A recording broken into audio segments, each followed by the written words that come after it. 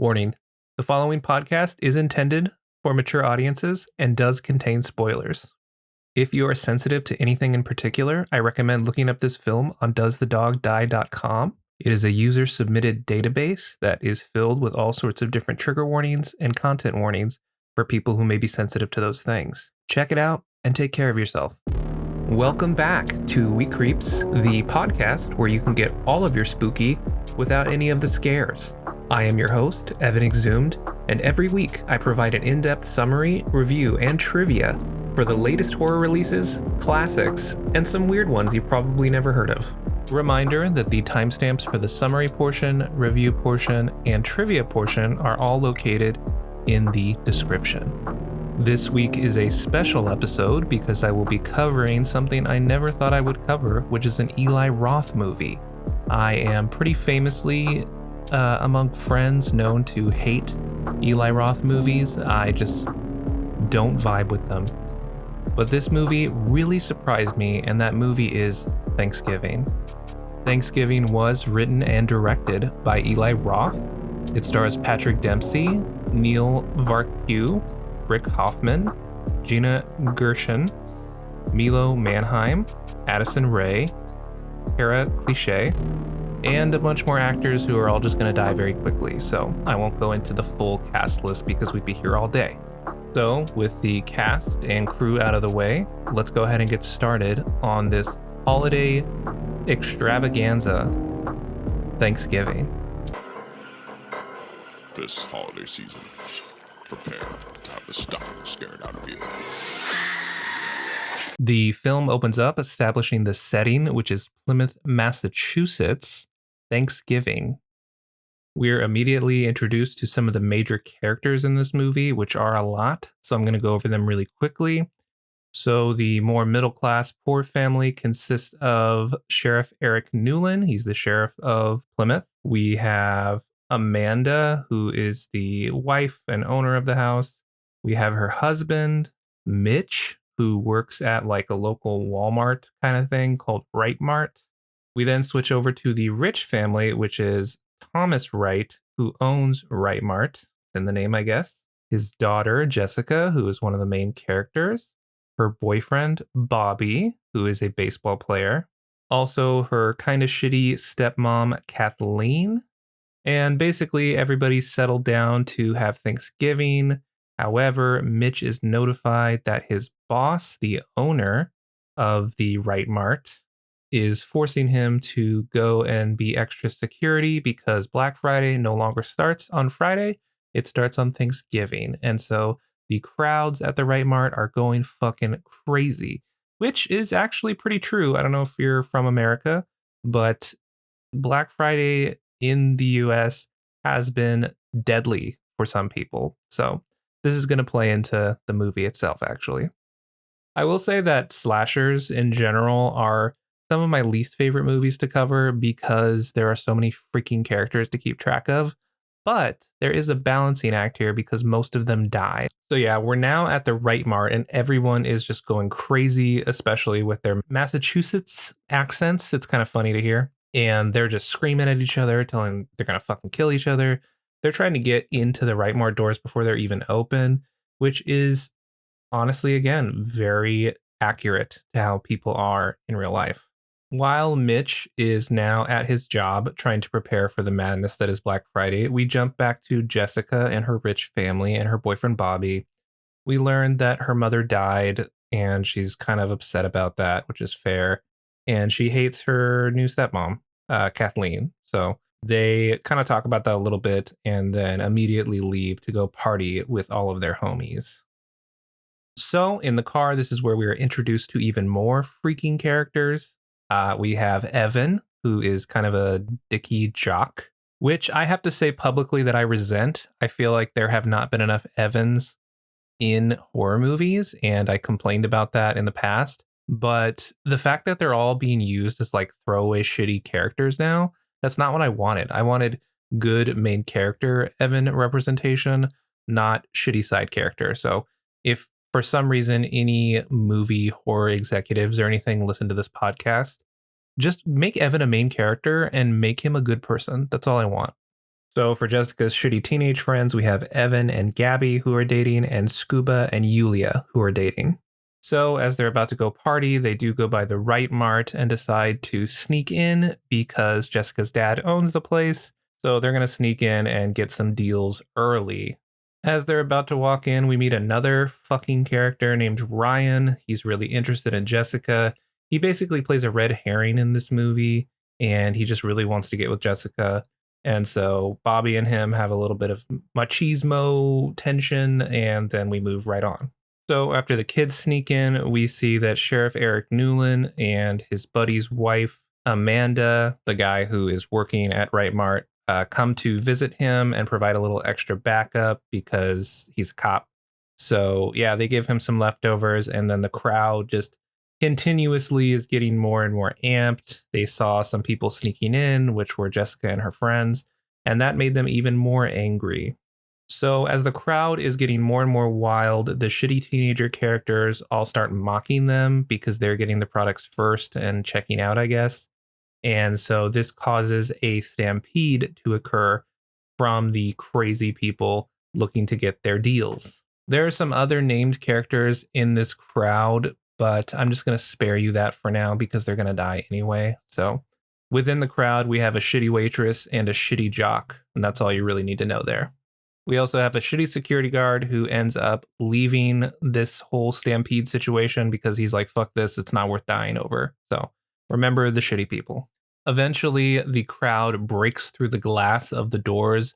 One guy, as he's coming through, gets cut in the neck as he's running through this fucking stampede. And he actually dies with a waffle maker in his hands because he wants this fucking Black Friday deal so badly, which is so hilarious. The security guard who is trying to unlock the doors to let the stampede through actually gets trampled to death, which really happened in the United States. This is some shit that's actually happened. So during all of the chaos, Jessica's boyfriend, the baseball player Bobby, tries to help some of the people, and he crawls amongst the crowd and gets his fucking arm stepped on and broken in half. So there goes his baseball career. Then, unfortunately, Mitch, the Right Mart employee, his wife, Amanda, gets slammed in the head with two shopping carts, and then her hair is like stuck in one of the wheels, and this like scalps her basically. And I don't know if that would kill you, but it kills her. So she dies. So as Sheriff Eric Newland sees his buddy's wife, Amanda, dead on the floor, he sees all the chaos, people dying, craziness, and he pulls out his gun and fires it straight into the air. And then we get the opening title credit, Thanksgiving. We then are shown that it is now 1 year later since the incident. During this whole fiasco, there was people recording on their phones, of course. So there are like YouTube compilation videos that are super offensive. The shitty jock Evan was one of those people who recorded it. So this is going to be important later. We also see that Mitch, the former employee, is now an avid anti-Right Mart protester. We also learned that Right Mart is going to remain open on Thanksgiving/Black Friday despite the tragedy. So the owner, Thomas Wright, is just kind of a huge piece of shit. We also learned that Jessica, Thomas Wright's daughter, the owner of Right Mart, her boyfriend Bobby disappeared after breaking his arm. He just kind of bailed and hasn't been seen since. So he might be the killer. We also learned from the news report that apparently the security cameras, quote, malfunctioned, unquote. So no one really knows fully what happened. So there was no sort of liability on Thomas Wright's part. We also see that these news reports are being watched by someone very menacing, which I will tell you is the main villain, which is known as John Carver. For reference, John Carver was one of the pilgrims who came on the Mayflower or something, so he's a famous historical figure for them. Many people wear the John Carver masks in the town during Thanksgiving as like a celebration. We then jump over to some kind of like little Thanksgiving fair. We see that Sheriff Eric Newland is off duty. We see Jessica and her shitty teen friends talking about the events that happened last year. And we also see Thomas Wright, his wife, Kathleen, the stepmom, and Jessica, I guess, are going to do some kind of family photo to advertise Right Mart. And in this little area, they go to one of the cabins and see it's been completely decimated and destroyed, and the whole photo op thing was destroyed. So the sheriff's like, all right, this is a crime scene. We need to go ahead and close this whole portion off. Jessica tries to tell her father, Thomas Wright, to close Right Mart, to do what's right, not be open on Thanksgiving or Black Friday. But of course, he's a shitty capitalist, Walmart type owner. So he's just going to keep it right open. And we also see his shitty wife, the stepmom, encouraging him to keep it open because she likes money, basically. We now head to the local diner where shitty waitress works that I referenced earlier. The shitty teenagers, Jessica and her friends, are all there. They receive an Instagram tag that shows like this whole Thanksgiving dinner table prepared, and it says the table is set. So it is definitely a very, very big threat here. We also learn that Jessica is now dating that guy Ryan earlier that I mentioned, who is really boring and serves no other plot purpose as a red herring. So the red herring is now her boyfriend. It's kind of funny because the characters describe him as so boring and inoffensive that he's just so forgettable, basically. And he really is. I mean, it's like the writers were telling you, like, this character is so unimportant, do not pay attention to him. We then go to the main villain, John Carver, who is sitting staring at a laptop, looking at some footage.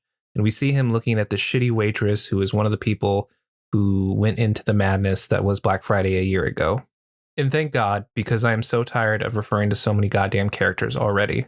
So as shitty waitress is closing up the diner, boom, we get John Carver in his pilgrim attire and one of the little masks that they give out for Thanksgiving in the movie. He just comes in, he throws her ass into some water, some dish soap water. Then he opens the fucking walk-in freezer and slams her face to it. This causes her fucking face to peel off, but she's not dead. So she runs out of the building, tries to get into her car, but boom, he's already got the keys. So he turns on that motherfucker and drives straight at her. She sprints to the dumpster. She jumps in, gets about halfway in, and he drives full speed into that dumpster. And I guess the weight of the lid of the dumpster and the car hitting it causes her to be cut in half, like completely clean, as if there was like a knife attached to the fucking lid of this dumpster. That is the only death that makes zero sense to me, because even then, like, I don't think that that's how that would physically happen, but I'm fine with it anyway because another character is dead and we don't have to refer to shitty waitress anymore. John Carver also leaves half of her body, the bottom half, on top of the Right Mart logo, which is pretty badass. So everybody finds out about the murder and everybody's pretty panicked. Jessica and her shitty friends, of course, are also panicked because they keep getting tagged on this Instagram. We also meet another character because this movie obviously fucking hates me. He is referred to McCarty. He sells kids like booze and stuff, and he also owns a gun store with his dad. So he basically tells the teenagers, hey, if you ever need guns or anything or alcohol, just come to me and, you should arm up basically to fight this John Carver guy. So he will come up later. Jessica then goes to the sheriff's station to kind of go over some of the events that happened a year ago, see if there are any clues that they might be missing. As Jessica is leaving, she runs into Bobby, the guy who was a baseball player she used to date, who has his arm broken. They basically have a very short summary of why he left. He was just upset that he broke his arm and was sad, so he left for a year and didn't say anything to be upset. But now he's back working for his uncle or something, and so he's going to be a character in the movie again. Now, the next person that is going to die is the shitty security guard that I mentioned earlier. He was the one who, when he saw the crowd coming towards the store, decided to just say fuck it and leave. So he's actually smart. So he tries to get the fuck out of Dodge. He's got his passport. He's going to like Aruba or something. And he's got his cat, But unfortunately, John Carver makes a little visit. He stabs him in the fucking gut with a electric turkey carver, which is so thematically appropriate. And then John Carver uses like a piano wire or something to like slice his head off. So shitty security guards taken care of. But there's one thing that John Carver forgets, and that's the cat. And he just looks at the cat, and my heart dropped in the theater because you know how I feel about animals. But this motherfucker goes down in history as the greatest, most amazing, compassionate slasher because he spares the cat. And not only that, He fills the bowl, both bowls, with cat food. So the cat will be fed until they find the body of his victim. Speechless. I mean, no other slasher villain has done something like this. And this is why, in my opinion, John Carver is the greatest slasher to ever exist in a horror movie ever now. Because of this, I bought a fucking action figure, which you can buy online now. I can't remember the name of it right now, but just message me on Instagram if you're really curious. We then get a little cut to John Carver's Thanksgiving table, which now consists of parts of the bodies of the people he has killed so far, which he then proceeds to tag and text everyone pictures of, which I think is a really interesting touch because it is very a modern sort of fear. I mean, checking that you've been tagged on Instagram is already scary because, oh God, it might be an ugly photo. But in this situation, it's people who've been murdered and you are being warned that you're going to be next. So I think that's a pretty clever usage of social media in a horror movie. So Jessica realizes that her father likely has copies of the footage from the night of Black Friday from the year ago. He is the owner of the stores after all, so she gets a copy of that to give to the sheriff. Her father does decide, though, to close the stores despite the shitty stepmom's protest, but he's actually smart, and it takes about 2 deaths, I guess, for him to shut down for Black Friday. So Jessica ends up seeing her boyfriend, the current one, the one that's really forgettable, Ryan, on the footage. It looks like he's like hugging one of the security guards, so he, I guess, is a suspect now. So she takes Bobby, the baseball guy, to the sheriff to show the photos of everything. The sheriff kind of has an idea of who the people that the Carver is going to kill, John Carver. We then jump to the next victim, which is going to be the shitty jock, one of the people who was in the crowd that I mentioned earlier. He is training a bunch of kids, and his high school girlfriend is like, hey, baby, let's go to the back of the gym and we're going to get a little freaky. And he's like, tight.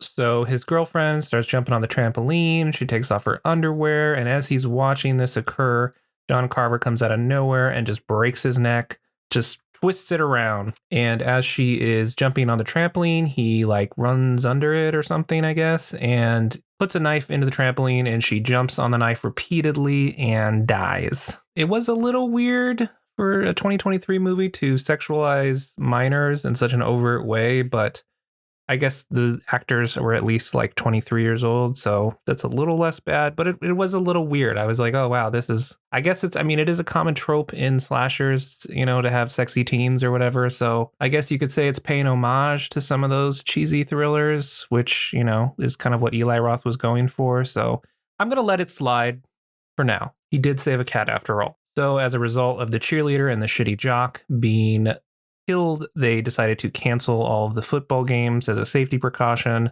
Jessica and her friends are very upset by this, but I guess since the game is canceled, they go back into the school to get changed and, get into their regular clothes. And as a result, Evan and Gabby, 2 of the shitty teenager friends that Jessica has, are chloroformed and kidnapped by Carver.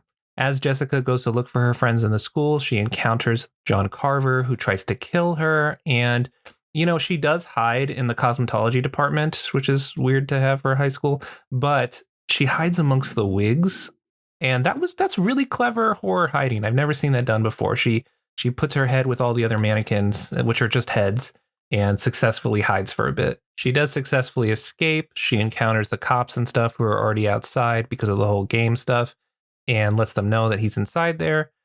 Yulia, one of the shitty teenagers, her father is like Russian mobster or something. So he picks her up and he's like, we are leaving country to get the fuck out because Carver will kill us. And again, very smart tactic. Unfortunately, it probably won't work out for him. So now Jessica and her buddy Scuba, who is Yulia's boyfriend, are like, yo, we need to get some guns.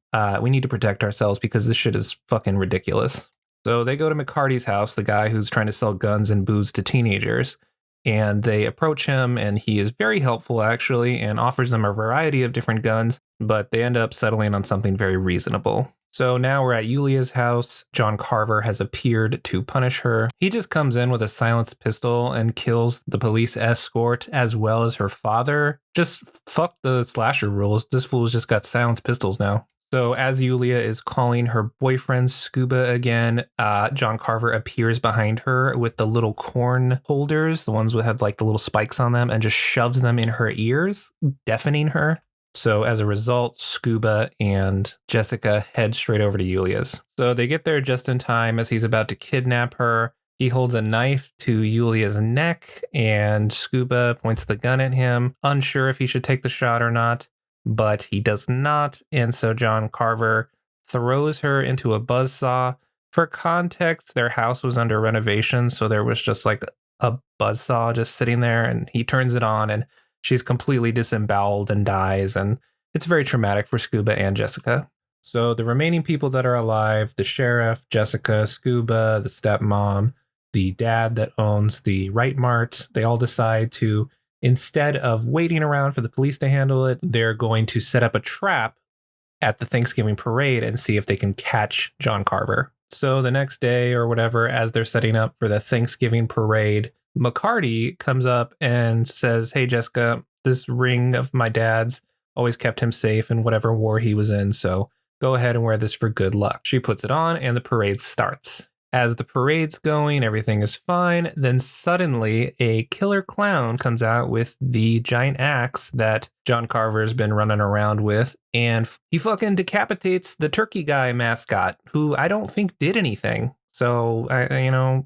if he's out for revenge, he's starting to compromise his morals a little bit just to have a little fun. But very interesting that this slasher not only used a gun, but he also changed his outfit, which is not very common in the slasher genre. So I think that's actually really cool. So yeah, he ends up throwing a bunch of flash bombs, and while the remaining characters flee into like an SUV, he's able to knock them out in the car and drive off with them. So he has successfully kidnapped Jessica, her father, the stepmom, and Scuba in this instance. The stepmom wakes up on a platter. She's surrounded by Thanksgiving vegetables, and John Carver is buttering her. He's like covering her body in like butter and salt and stuff, and she pretends to be asleep. She tries to escape and gets very close in doing so, but unfortunately, he catches her. He ends up throwing her in like a giant pizza oven. He sticks a fucking turkey thermometer inside of her, and she is cooked alive. And the little turkey thermometer goes bing. So pretty hilarious given the context. Then we see a cut to the cops trying to find everybody. There is a live stream and a GPS location that they're pinged to. So they all try to go to that location, but unfortunately it is a decoy. We then wake up at the Thanksgiving dinner table with Jessica and everyone else who's been kidnapped. It's going to be a fun time. John Carver reveals his dinner, which is the stepmom who has been cooked to perfection, I have to say. I don't mean to be insensitive to the situation, but he did cook that woman quite well. He then uses a little corkscrew to puncture the cheerleader that was left over that he killed and create like wine from her blood, which is kind of silly and funny. And the whole time that this is happening, he's talking to them with like a voice modulator similar to Scream and kind of telling them about how shitty they are. So the first person he starts with is Evan, the shitty jock, one of Jessica's friends who was kidnapped at the school. He tells him about how shitty he was for recording the situation instead of helping people. And his punishment is he is meat cleavered to death. I mean, he just hammers the fuck out of this dude all on live stream. Really great for viewership. So while John Carver is monologuing like a villain, the ring that Jessica was given earlier actually has a little button and a little knife comes out of it. So she is successfully able to untie herself and gives it to Scuba to untie himself. While they are doing this, John Carver is trying to feed her dad a piece of his now deceased wife. As they're escaping, Scuba tries to fight off John Carver, but gets hit, not fatally, and he continues to chase Jessica, who does escape and runs into the woods. As she makes her way back to a main street, she sees the Sheriff Eric Newland. He's on the ground, looks like he's been hit in the head. He's sitting outside of his cop car. And she sees the baseball boy, Bobby, going into like a warehouse or something not too far away. So she's like, that's pretty sus. So she goes to check that out. Suddenly, the sheriff appears and he's like, get out of here.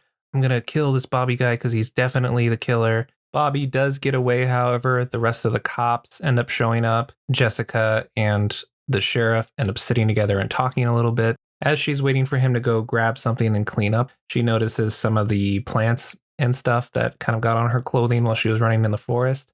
And when he comes back, she notices the same plants on his shoes, meaning that he was the one fucking chasing her. The sheriff is the killer. She then does a little montage, quick flashback of all the cryptic shit he said throughout the whole fucking movie. I gotta say, I did figure this one out when I was watching it in the theaters, but it was tricky. They did a very good job of hiding it. So of course, now we hear his villain monologue as to why he did it. The reason he did all of this, not only because he was mad that everybody was terrible and selfish, was because the woman, Amanda Collins, the guy who worked at Right Mart in the beginning, his wife, the one who got her fucking hair scalped off, her head scalped off, he was having an affair with her and she was fucking pregnant with his baby. So when she died, his baby died, his girlfriend died basically. Like she was totally planning on leaving this other dude. So he was pretty fucking mad about that. He then ends saying he plans to pin it all on Bobby, but Jessica is smart and pulled a phone out from the evidence bag that one of the police had left there, and she streamed the whole thing. So now everybody knows that he's John Carver. So he gets mad, and as he's about to attack her, Bobby, the baseball boy, comes out of nowhere, essentially saving the day. They get into his truck, his tow truck from his uncle that he's borrowing, and they try to escape. As they're about to escape, Jessica turns on some helium or something, some kind of flammable gas, and that also starts making the Thanksgiving parade turkey inflatable get really big. And so as they're escaping, Jessica fires a gun that was in the back of the truck, and this causes a spark to occur that causes the helium and the balloon and everything to explode, basically, lighting the sheriff on fire, presumably killing him. Like, it's a pretty big explosion, so he's presumed dead. However, they do not find a body, so it's possible that John Carver did live and did sneak out. So Jessica and the rest of her friends who lived kind of go back to their boring life. We see Jessica in bed with her boring boyfriend, Ryan, who never really comes up again. And suddenly John Carver, on fire, comes running at her and attacks her. She wakes up. It's just a bad dream. And then the movie ends. With the summary portion completed, let's go ahead and get started on the review portion. Thanksgiving. I freaking loved this movie. I talk so much shit about Eli Roth. I don't like Hostel. I don't like really any of his movies. I don't think he's very good. But this movie changed the game. It was smart. It was culturally relevant. The slasher, John Carver, legendary. His character is also really, really compelling. And the person who it reveals to be is also very compelling in his reasons. And just overall, it felt really smart. It wasn't overtly offensive like Eli Roth likes to be. It was just enough. And it was just so fun and silly. Seeing it in the theaters was just such a delight. I saw it with one of my good friends, and we were just laughing and having a ball. I got a free poster. I mean, I'm just very excited about this movie. I think that if Eli Roth continues this streak, he would for sure become one of my favorite slasher directors. If you're a horror fan, I definitely feel like this is a must-see in theaters. Someone on Letterboxd said it felt the same as someone who saw Scream for the first time. I felt that. Like, I felt it was that good, and that I feel happy that I went and saw it the night it came out. So We Creeps rates Thanksgiving 2023 5 out of 5, must see. I also think it's going to be the go-to Thanksgiving horror movie for the next 20 years. I don't think anything is going to top it for a while. With the review portion done, let's go ahead and move to Trick or Trivia. The table is set. The festivities have begun. Trivia number 1, this movie was actually inspired by a fake trailer in Quentin Tarantino / Robert Rodriguez's Grindhouse movie, which composed of Death Proof and Planet Terror.